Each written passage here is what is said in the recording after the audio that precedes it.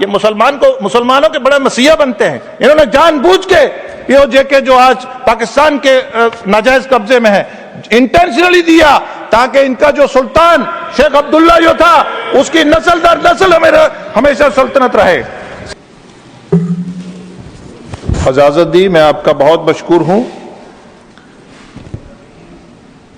वजारत दाखिला के अमूर पर अपनी बात रखने का मौका दिया। जनाब, हकीकत यह है कि गुज़श्ता 11 सालों से मुल्क के जो अंदरूनी सलामती अमन व अमान के लिहाज से एक मसाली दौर साबित हुआ है। मैं अभी सुन रहा था कि हमारे कांग्रेस के सीनियर मेंबर ने कहा कि अगर एलोकेशन जम्मू कश्मीर के लिए बढ़ाया इसका मतलब हालात जो हैं वहां खराब हैं। मुझे समझ नहीं आती कि आज मॉडर्न जमाना है, सिक्योरिटी फोर्सेस को टेक्निक से नवाजना है, साइबर क्राइम को करप्ट करना है, तो एलोकेशन को हालात खराब से क्यों जोड़ते हैं मुझे समझ नहीं आता है। यही जानेंगे। मैं नरेंद्र मोदी गवर्नमेंट को ये ह्यूज जंप जो एलोकेशन में हुआ है उस पर यह दर्शाता है कि हमारी जो लॉ एनफोर्समेंट में और टेररिज्म को कम्बैट करने में और एक्सट्रीम जो लेफ्ट एक्सट्रीम विंग है उसको करप्ट करने में नरेंद्र मोदी जी की जो कमिटमेंट है वो दर्शाती है। अभी हमारे एक दोस्त बोल रहे थे कि देश में जो है वो माइनॉरिटीज को बहुत खतरा है, बहुत दंगे हो रहे हैं, बहुत क्रिमिनल फ्लेयर हो रहा है।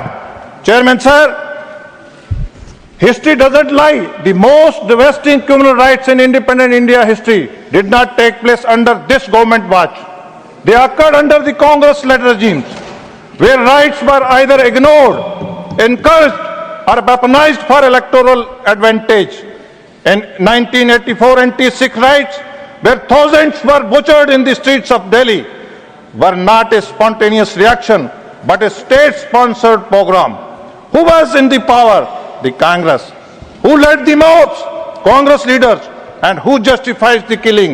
The then Prime Minister himself, with the chilling words, when a big tree falls, the earth shakes. ये अल्फाज है, ग्रेवा में झांकिए जरा। चेयरमैन सर, यहीं बात खत्म नहीं होती है। आप मैसेकर देखिए असम में 1983, आप बगलपुर राइट्स देखिए 1989, आप बॉम्बे राइट्स देखिए 1992-93, आप मेरठ राइट्स 87। लेकिन इसके बरक्स हमारी सरकार, contrast with the strong decisive and fearless leadership India has witnessed under the Modi-led government at the center. Under our governments, despite countless provocations and attempts to incite unrest, India has remained more stable, secured and united than under any previous regime. We have empowered law enforcement, strengthened intelligence network, sent a clear message, right or irrespective of their religion, political affiliation, will face justice. Sir, मैं जम्मू कश्मीर से आता हूं और जम्मू कश्मीर की बात नहीं करूंगा तो नाइंसाफी हो जाएगी। जम्मू कश्मीर हमेशा एक एहसास मुद्दा, एक पॉलिटिकल माइलेज के लिए बनाया गया है। और मैं चेयरमैन सर कुछ चीजें आप सदन के ध्यान में आपके माध्यम से लाना चाहूंगा और देश को बताना चाहूंगा। शेख अब्दुल्ला साहब को बाहर लॉन्च किया गया, कश्मीर के लोग उससे नाराज थे, डोगरा नाराज था, वहां के इतने ग्रुप्स गुज्जर और पहाड़ी जो थे वो नाराज थे, लद्दाख के लोग नाराज थे। यहां वो रीजन्स में डिस्क्रिमिनेशन करते थे, कभी जम्मू को कश्मीर के साथ, कभी कश्मीर को जम्मू के साथ। देश के वजीर आजम ने और देश के वजीर दाखिला ने एक स्ट्रोक से इन सब डिस्क्रिमिनेशन को खत्म किया और 370 को उखाड़ के फेंक दिया और लद्दाख को यूटी बनाया। चेयरमैन सर, यहां गुज्जर और पहाड़ी को, यहां कई इतने ग्रुप्स को जो नॉन कश्मीरी स्पीकिंग मुसलमान था, ये मुसलमानों के बड़े मसीहा बनते हैं। इन्होंने जानबूझ के पीओजे के जो आज पाकिस्तान के नाजायज कब्जे में है इंटेंशनली दिया ताकि इनका जो सुल्तान शेख अब्दुल्ला जो था उसकी नस्ल दर नस्ल हमेशा सल्तनत रहे। सर, ओबीसी जम्मू कश्मीर में इनको 70 साल ओबीसी दिखा नहीं, भारतीय जनता पार्टी नरेंद्र मोदी जी की रहनुमाई में 8% रिजर्वेशन दिया। वुमेन, महिलाएं, इस्लाम ने 1400 साल पहले औरत को हक दिया। मुस्लिम मेजॉरिटी इलाका जम्मू कश्मीर, औरत अगर हिमाचल में, दिल्ली में शादी करती, उसको अपनी प्रॉपर्टी पे राइट नहीं था। नरेंद्र मोदी जी ने गुलाम अली जी भाषण समाप्त करें। सर मैं प्लीज नहीं, आज नहीं मिलेगा, आज समाप्त sir. I am concluding sir.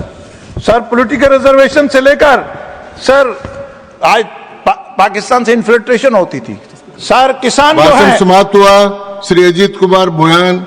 Sir वहां पर तो नहीं चर्चा होनी चाहिए, सिर्फ ज्योग्राफी पे होनी चाहिए, सोसाइटी पे नहीं होनी चाहिए। और मैं ईमानदारी से कहना चाहता हूं, यदि विचारक जनसंख्या नियंत्रण का कानून लाने का समर्थन करिए, तो मुझे लगता है इस विषय के ऊपर ईमानदारी से काम करने का प्रयास करना चाहिए। अब मैं एक और बात कहना चाह रहा हूं सर, टैक्स कहना चाह रहा हूं कि राज्यों का समन्वय भी केंद्र सरकार के गृह मंत्रालय के अंडर में आता है, परंतु राज्यों का समन्वय का विषय दोनों तरफ से होता है। राज्यों के ऊपर भी दायित्व है समन्वय का और केंद्र के ऊपर भी दायित्व है। इसीलिए मैं कहना चाहता हूं, परंतु जब ऐसी बातें उठती हैं कि किसी राज्य का कोई मंत्री कहता है कि टैक्स कलेक्शन वहां ज्यादा हो रहा है तो हमें अलग हो जाना चाहिए, तो किसी राज्य का मंत्री उत्तर भारत के किन्हीं राज्यों के लिए या बिहार के लिए आपत्तिजनक बातें कहना शुरू करता है, इससे राज्यों का जो समन्वय है वो गिरता है।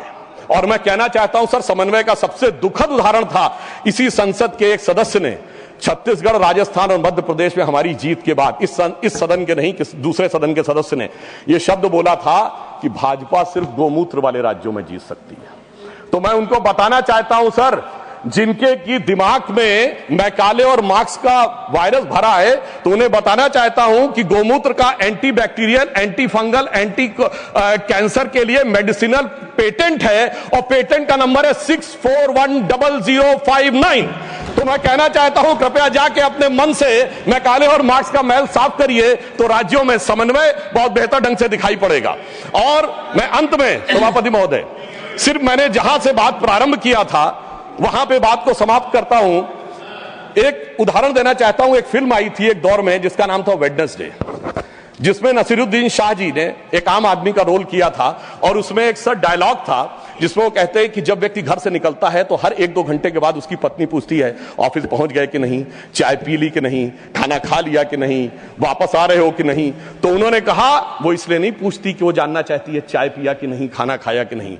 वो दौर था जिसमें वो कह रहा है कि वो इसलिए पूछ रही कि वो जानना चाहती तुम जिंदा हो कि नहीं, क्योंकि वो दौर था इनकी सरकार का जिस जमाने में घर से आदमी निकलता था, उसने कहा लगता है जंग पे निकल रहा है। तो ऐसा प्रतीत होता था कि मानो वो कह रहा हो कि उजाले अपनी यादों के हमारे संग रहने दो, न जाने किस गली में जिंदगी की शाम हो जाए। मगर उस शाम के बाद जो सुबह हुई है हमारी सरकार आने के बाद और जो गृह मंत्रालय ने किया है वो पूरे देश को दिखाई पड़ता है। तो मैं अंत में सर सिर्फ ये कहना चाहूंगा, मैं मानता हूं कि हमारे गृह मंत्रालय ने जो काम किया है वो संवेदना